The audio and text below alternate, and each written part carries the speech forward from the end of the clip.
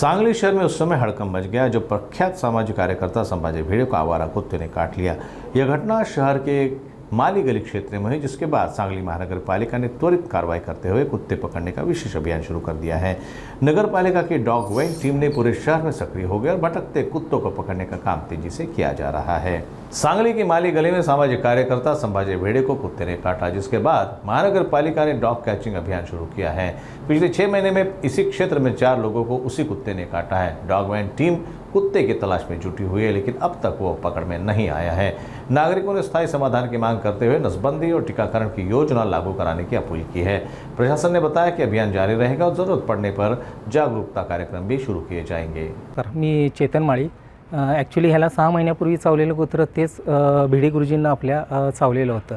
वेळोवेळी आम्ही प्रशासनाला सांगूनसुद्धा ॲक्च्युली कसं आहे की 1 दिवसापुरती कारवाई करतात, तिथून पुढं आहे असा कारभार चाललेला असतो। एवढा ढिसाळ कारभारामुळं आज गुरुजींना कुत्रं चावलेलं आहे। त्याचवेळी ही उपाययोजना झाली असती तर हा इन्सिडेंट घडला नसता ॲक्च्युली। त्यामुळे आम्ही प्रशासनाला एकच सांगतो की बाबा इथून पुढं जरा काळजीपूर्वक सगळं करून कुत्र्यांचा बंदोबस्त करावा, एवढीच विनंती। माझं नाव आशुतोष माळी।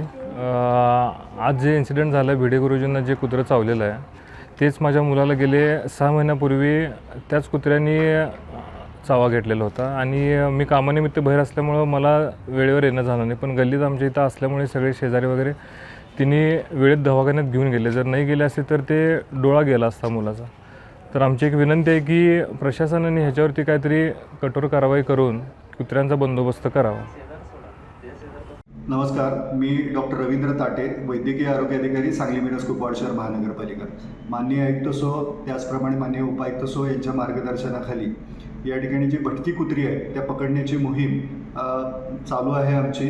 त्याचप्रमाणे जी कुत्री पकडली जातात तर त्यांची नसबंदी करणे आणि त्याचे लसीकरण करण्याचे काम या ठिकाणी आम्ही करत आहोत।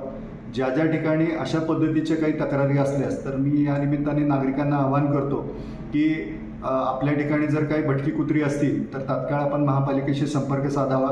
या ठिकाणी तात्काळ ती कुत्री पकडली जातील आणि त्यांची नसबंदी करून त्यांचे लसीकरण करण्याचे काम महापालिका प्रशासनामार्फत आम्ही करत आहोत। महापालिका प्रशासन डॉग पॉन्ड असेल किंवा कुत्री दत्तक योजना जी आहे, लहान पिलिका दत्तक योजना, याबाबतसुद्धा विचाराधीन आहे आणि याबाबत आम्ही काही NGOशी बोलत आहोत, जेणेकरून आपल्याला जे काही कुत्र्यांचं नियोजन आहे त्या नियोजनबाबत आम्ही ही कारवाई करत आहोत। जे काही हल्ले वगैरे होतात कुत्र्यांची त्या परिसरात कशी खबरदारी घेते? ज्या ठिकाणी अशा पद्धतीचे काही कुत्र्यांचं प्रमाण जास्त असेल किंवा काही चावा घेत असेल तर तात्काळ महानगरपालिकेच्या आमच्या 2 डॉग वॅन युनिट्स आहेत, तर डॉग वॅन युनिट आणि त्यांचे कर्मचारी तात्काळ त्या ठिकाणी जाऊन तिथली जेवढी काही कुत्री असतील तर ती कुत्री पकडण्याची मोहीम महापालिका प्रशासनामार्फत आम्ही करत आहोत।